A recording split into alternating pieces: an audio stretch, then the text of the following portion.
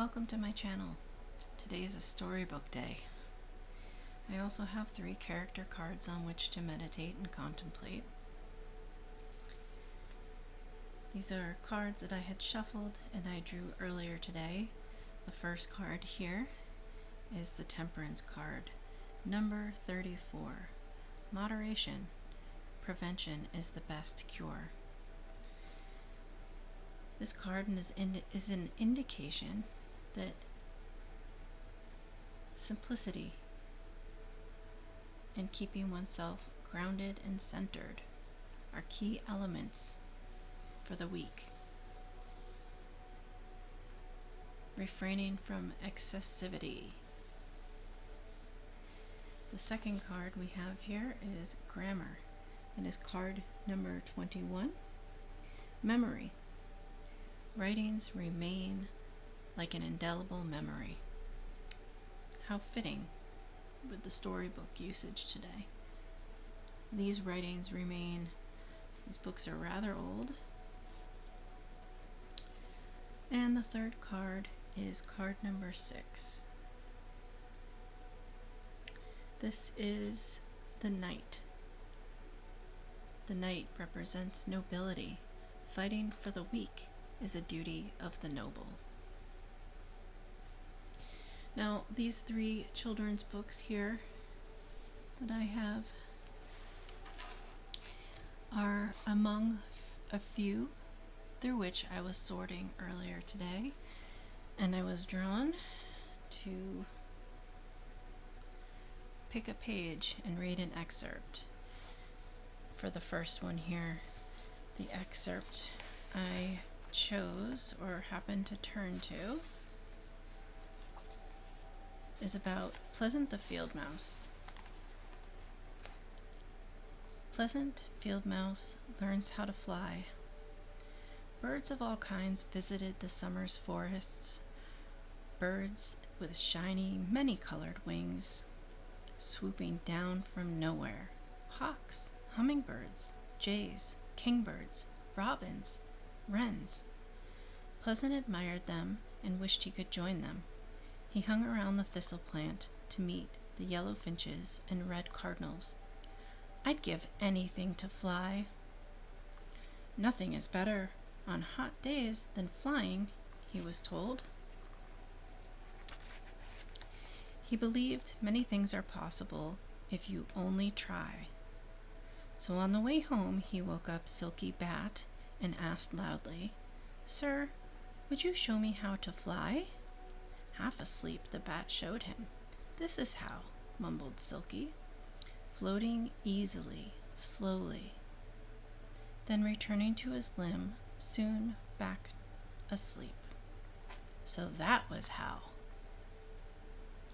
Immediately he started building a pair of wings just like bat wings.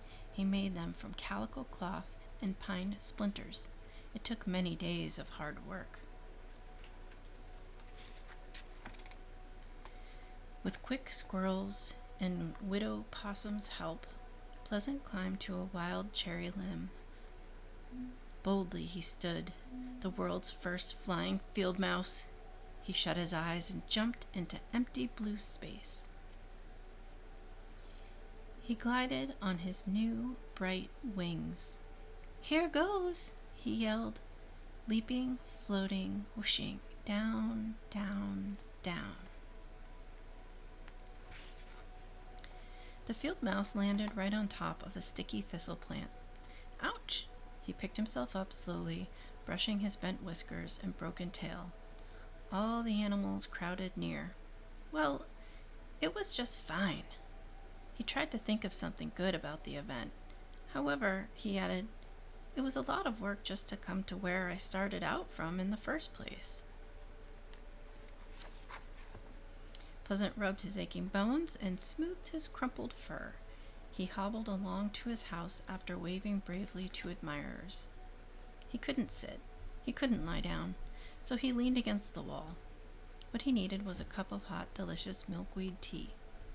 He decided to put his wings in the Forest Museum. This, then, is how P. Field Mouse learned to fly, or why, after he stayed where he was.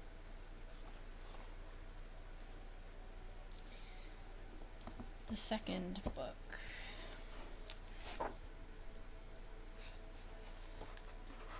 Or I should say the second excerpt.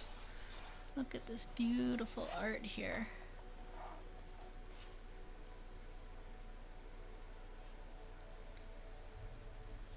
The horse is glued together again. But Bonhomme has vanished.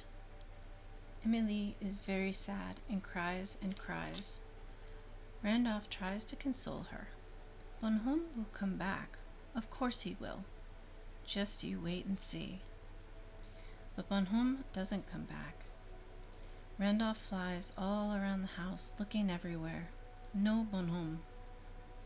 Then Emilie makes up her mind to go looking for him. She asks the horse to come with her. If you come too, she says, Bonhomme will see that you are glued together again.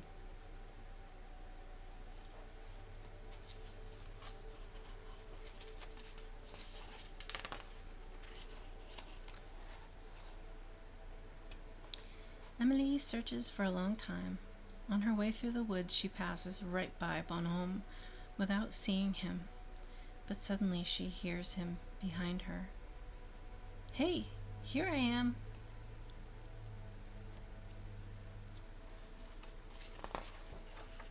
Bonhomme is very happy to see the horse all in one piece and strokes his rough neck. What shall we do now? Emilie asks. Go back to Randolph's? But Bonhomme doesn't want to anymore. Oh, maybe some other time, he says. Emilie agrees with him. Yes, I'd rather go home too. Then the horse goes his own way.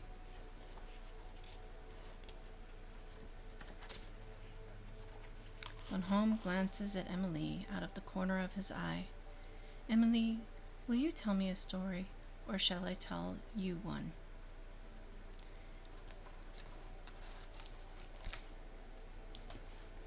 And the third excerpt. It's about a snail.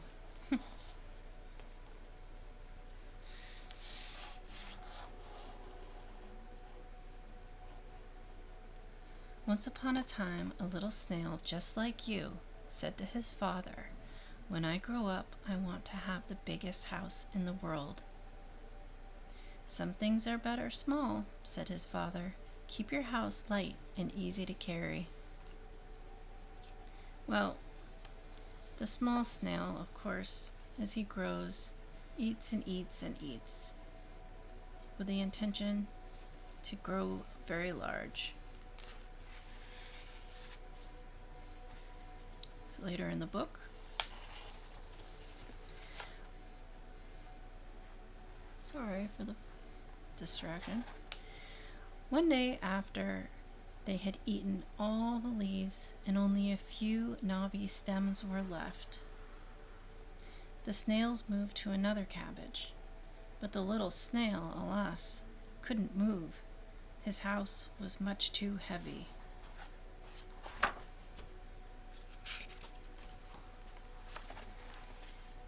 He was left behind, and with nothing to eat, he slowly faded away. Nothing remained but the house, and that too, little by little, crumbled, until nothing remained at all.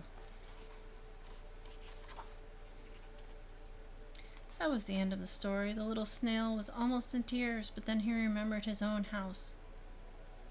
I shall keep it small, he thought, and when I grow up, I shall go wherever I please.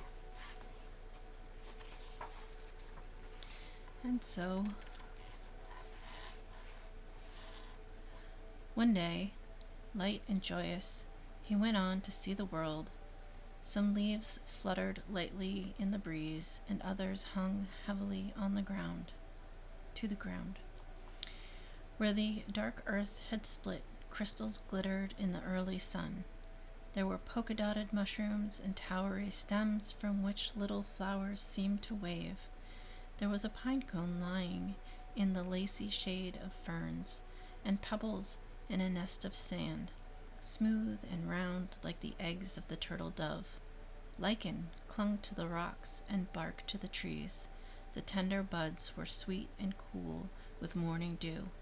The little snail was very happy. It seems like he moved on to quite the magical world, one of abundance and magic.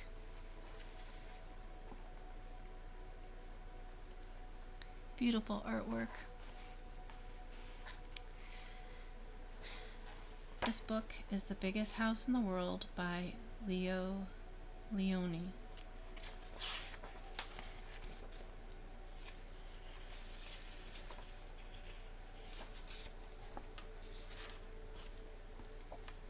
I don't see the year of publication, but it's probably from the 70s. That is my bet. Oh, there it is. My best guess. October 1973 was the first Pinwheel Books edition, originally published by Pantheon Books, a division of Random House Inc. in 1968. Copyright 1968 by Leo Lionni.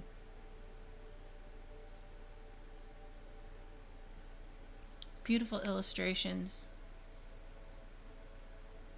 A cute story with a moral.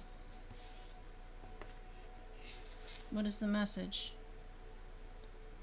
Seems to fall in alignment with temperance, right? Moderation. Bigger is not necessarily better. Hauling your house around can be a burden. All of your possessions.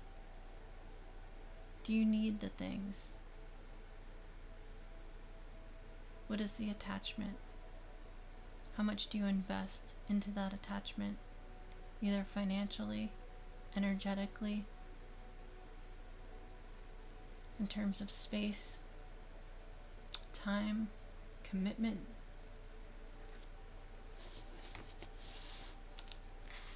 Bonhomme and the Huge Beast by Laurent de Brunhoff, author of Babar Comes to America. This book, copyright 1974.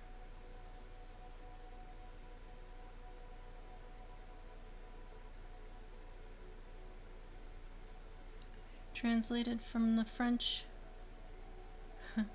by Richard Howard. Interesting way to iterate that. Translated from the French. This also has wonderful illustrations. They're very cute.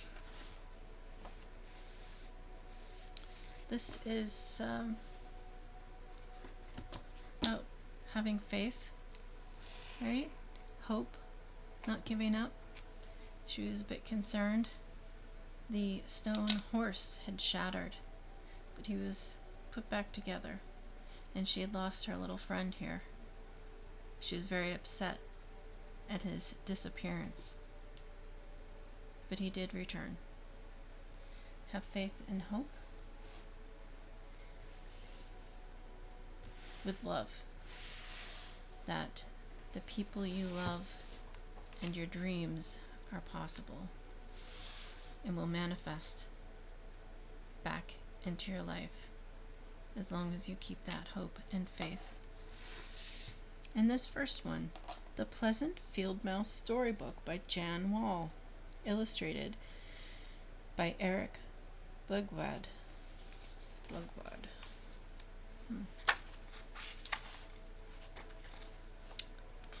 Prentice Hall.